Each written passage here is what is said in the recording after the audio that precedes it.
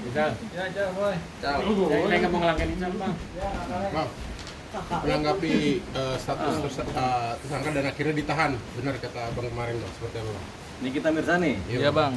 Ya, ditahan ya pasti ditahan. Sebenarnya kita pengen bicara langsung ditahan, cuman nggak enak juga kan.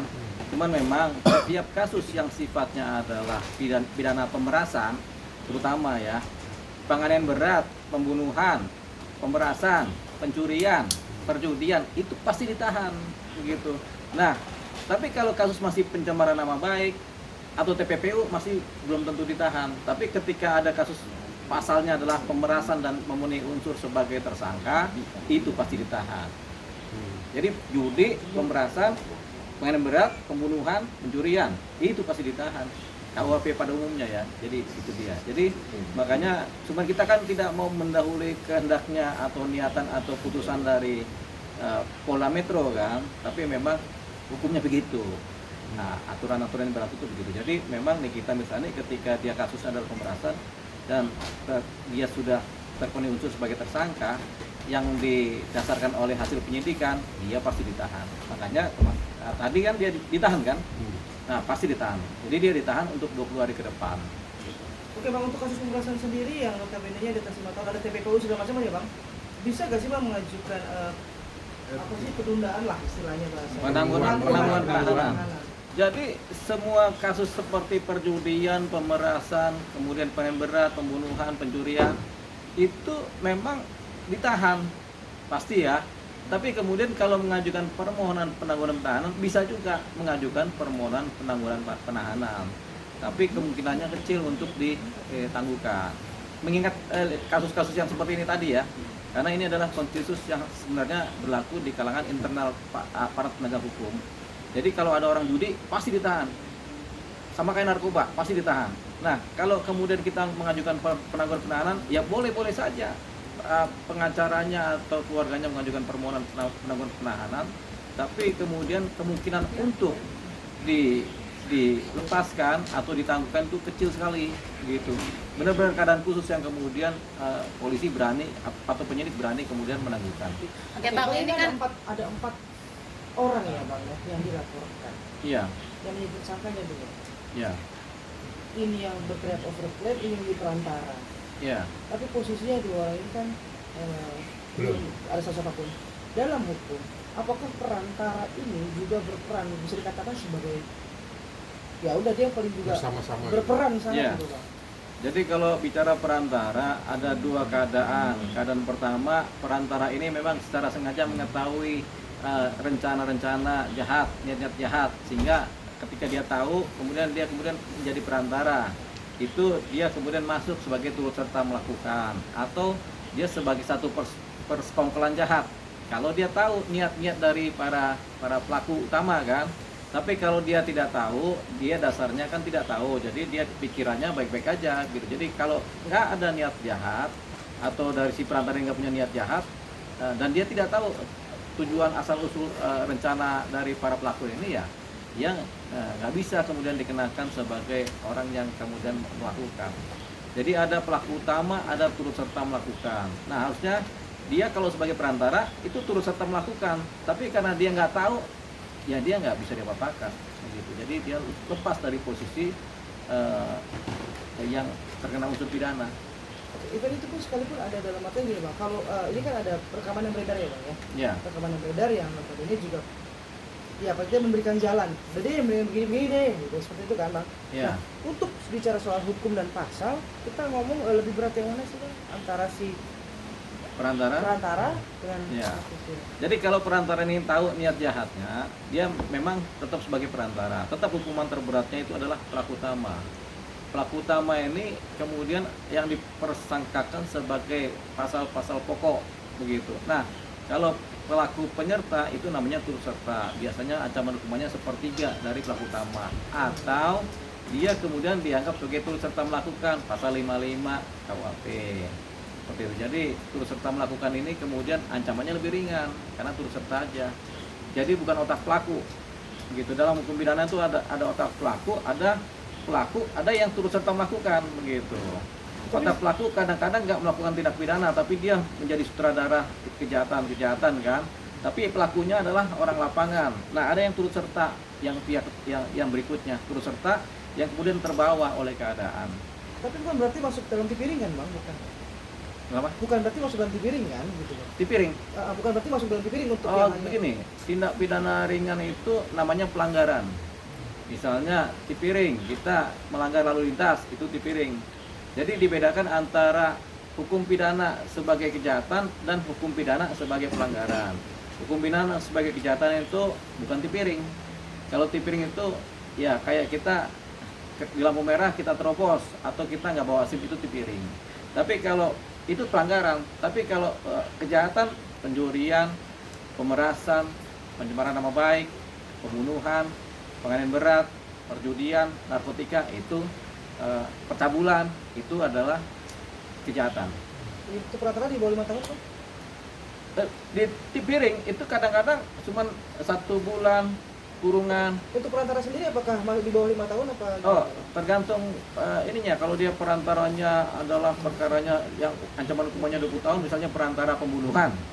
Nah, itu juga dia bisa kena 5 tahun, 8 tahun bisa. Tapi kalau dia perantaranya cuma penganiayaan ringan, dia kenanya mungkin cuma bulanan begitu. Kalau dia perantara pemerasan dan dia tahu ada niat jahat itu dan dia kemudian terjerat, dia sepertiga dari ancamannya. Kalau hukumannya, ancaman hukumannya 9 tahun, ya dia sepertiga lah. Gitu. Bang, ini kan anaknya NM memberikan surat ke pihak kepolisian ya, Bang. Ya. Ibunya tidak ditahan gitu dengan Ya. alasan tulang punggung keluarga lah gitu. Ya. Ini dari pandangan hukumnya seperti apa, Bang? Apa bisa dibilang itu penangguhan penahanan, permohonan penangguhan penahanan juga atau seperti apa? Ya, ini permohonan penangguhan penahanan selalu diajukan oleh keluarga dari pelaku.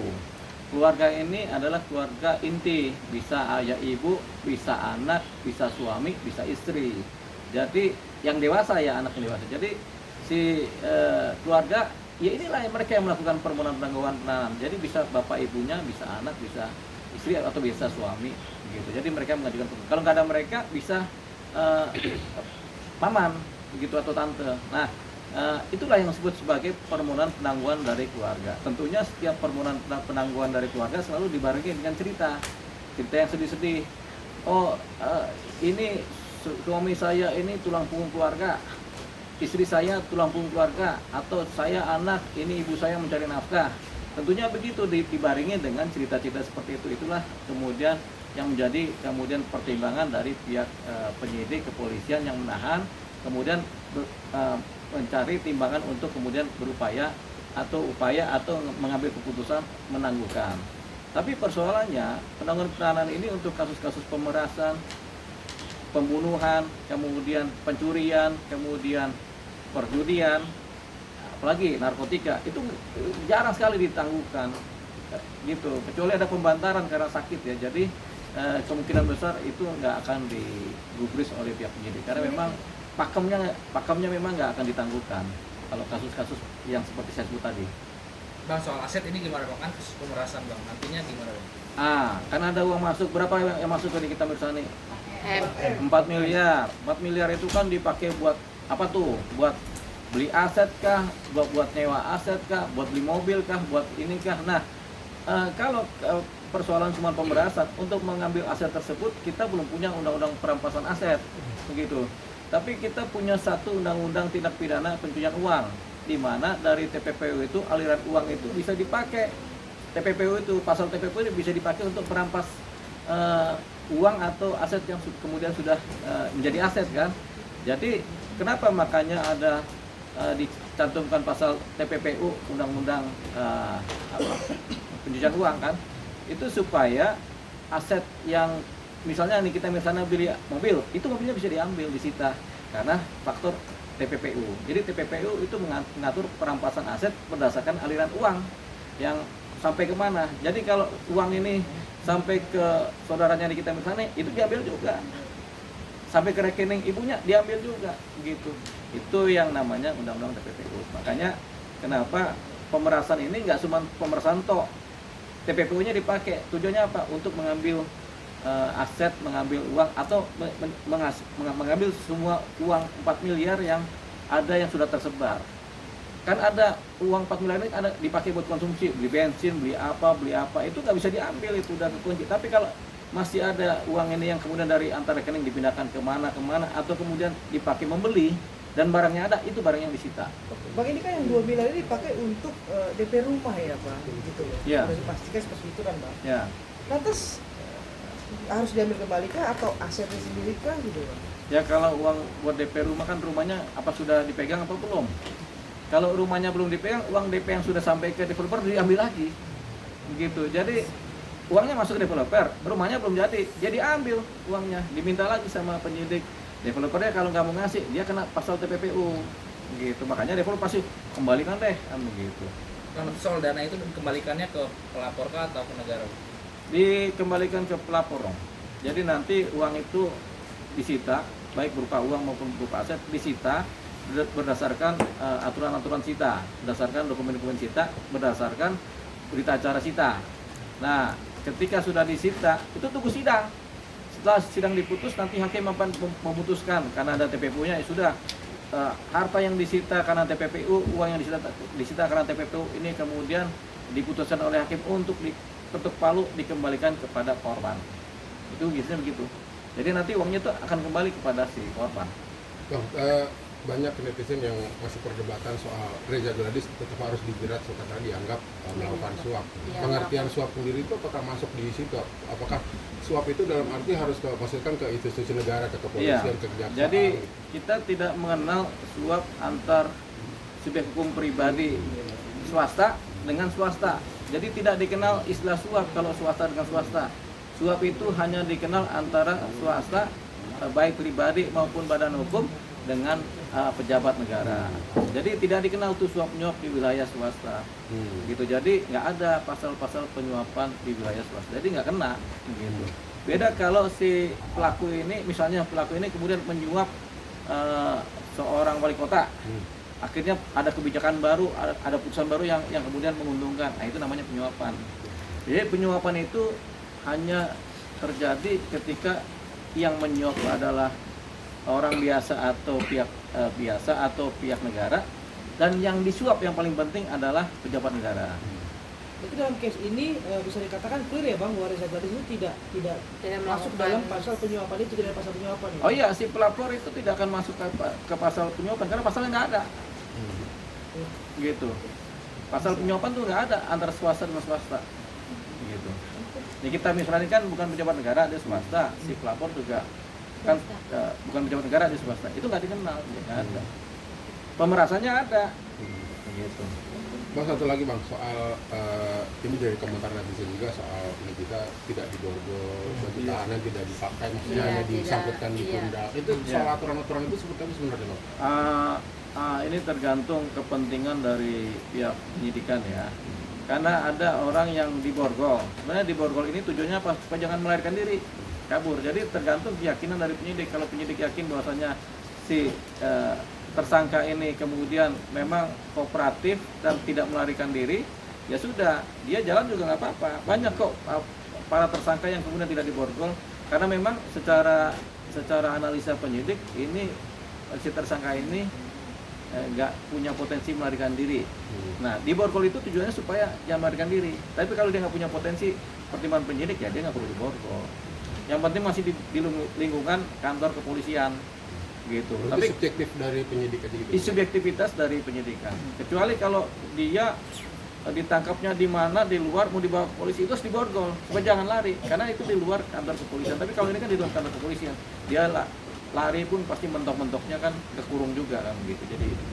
Jadi itu nggak ada persoalan. Termasuk baju orange itu sebenarnya nggak ada persoalan juga begitu, karena zaman dulu nggak dikenal tuh ketika tersangka itu harus memakai baju tersangka, karena belum ada cerita tentang aturan-aturan baju tersangka gitu kan. Makanya kenapa baju tersangka itu kalau di ini ada yang warna orange, ada yang warna merah, di KPK warnanya beda lagi, karena itu kebijakan-kebijakan dari institusi penegakan hukum aja. Itu di jaksa juga beda lagi warnanya.